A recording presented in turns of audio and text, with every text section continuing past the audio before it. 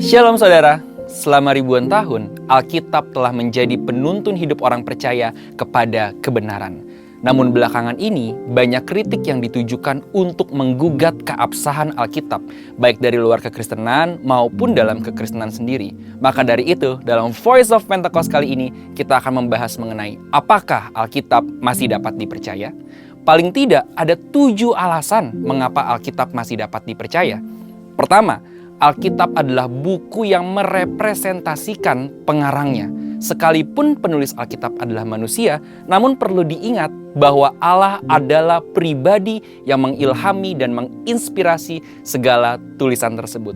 Kata diilhami seperti yang terdapat dalam 2 Timotius 3 ayat 16 berasal dari kata theopneustos yang memiliki arti God breathed atau dihembusi nafas Tuhan. Jadi, segala tulisan dalam Alkitab seperti nafas Tuhan sendiri. Pertanyaannya, mungkinkah tulisan yang seperti nafas Tuhan itu dapat mengandung kesalahan? Alkitab merepresentasikan gambaran Allah yang sempurna.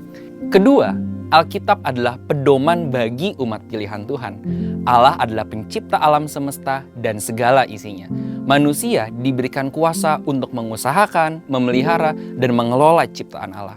Oleh sebab itu, tentu manusia memerlukan penuntun layaknya manual book untuk dapat melakukan tugas itu. Selama ribuan tahun ini, firman Tuhan telah menjadi penuntun yang sempurna bagi kehidupan manusia. Ketiga, Alkitab menyatakan kebenaran. Karena Allah dapat dipercaya, maka Alkitab juga dapat dipercaya sampai kepada hal-hal kecil sekalipun. Sebagai contoh, bila pada sebuah surat kabar ditemukan ada bagian kecil yang berisi kebohongan atau hoax, maka akan berdampak pada kredibilitas seluruh isi surat kabar tersebut, bahkan perusahaan penerbitnya. Mereka akan mulai kehilangan kepercayaan publik sekalipun hanya berisi sedikit kebohongan. Maka dari itu, kita juga meyakini bahwa tidak ada kesalahan atau bahkan kebohongan kecil sekalipun dalam Alkitab. Alkitab menyatakan kebenaran yang utuh.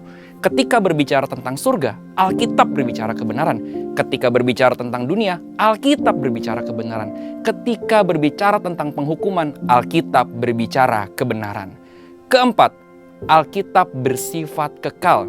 Kebenaran Alkitab dapat diaplikasikan baik kemarin, hari ini, maupun masa yang akan datang. Sekalipun sudah ditulis ribuan tahun yang lalu, Alkitab tidak pernah out of date, melainkan selalu up to date. Hal ini sesuai dengan kepribadian Tuhan, Sang Inspiratornya yang selalu hadir di segala zaman. Namun, di zaman ini ada pendapat yang berkembang dan mengatakan bahwa konteks zaman dulu dan masa kini berbeda.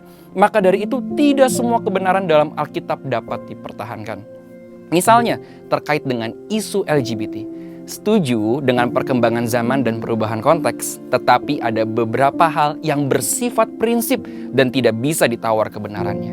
Beberapa teks di Alkitab seperti Wahyu 21 ayat 8 dan 1 Korintus 6 ayat 9 secara jelas menentang berbagai penyimpangan seksual seperti LGBT. Teks-teks ini bersifat prinsip, oleh sebab itu tidak termakan oleh zaman. Dan masih banyak teks lain yang secara gamblang menentang hal ini. Kelima, Alkitab bersifat utuh. Alkitab tidak pernah ditulis untuk dibaca sebagian atau dibaca bagian yang disukai. Mempelajari, membaca, dan merenungkan Alkitab harus secara utuh dan keseluruhan. Ada satu istilah populer yang mengatakan, jadilah orang Kristen yang Alkitabiah, bukan orang Kristen yang ayatiah. Setiap bagian dalam Alkitab ada untuk saling melengkapi dan memperdalam pengetahuan kita akan kebenaran. Keenam, Alkitab sanggup untuk mengoreksi hidup kita. Segala teguran dan koreksi yang terdapat dalam Alkitab sanggup untuk mengubah hidup kita menjadi lebih baik. Ketujuh, tuntunan Roh Kudus dalam perkembangan Alkitab. Sekalipun Alkitab mengalami dinamika dalam perkembangannya, misalnya terkait dengan proses penerjemahan dan perkembangan bahasa, kita meyakini bahwa Roh Kudus yang menginspirasi para penulis Alkitab adalah Roh Kudus yang sama yang mengawal perkembangan Alkitab dari masa ke masa.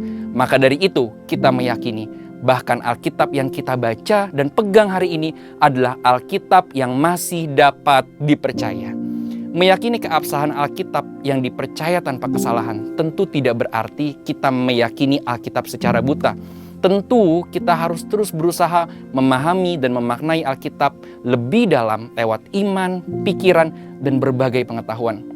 Dengan kerendahan hati, kita mempelajari firman Tuhan sambil terus berdoa dan meminta tuntunan Roh Kudus. Sehingga bukan kita yang menguasai firman, melainkan firman Tuhan yang menguasai hidup kita.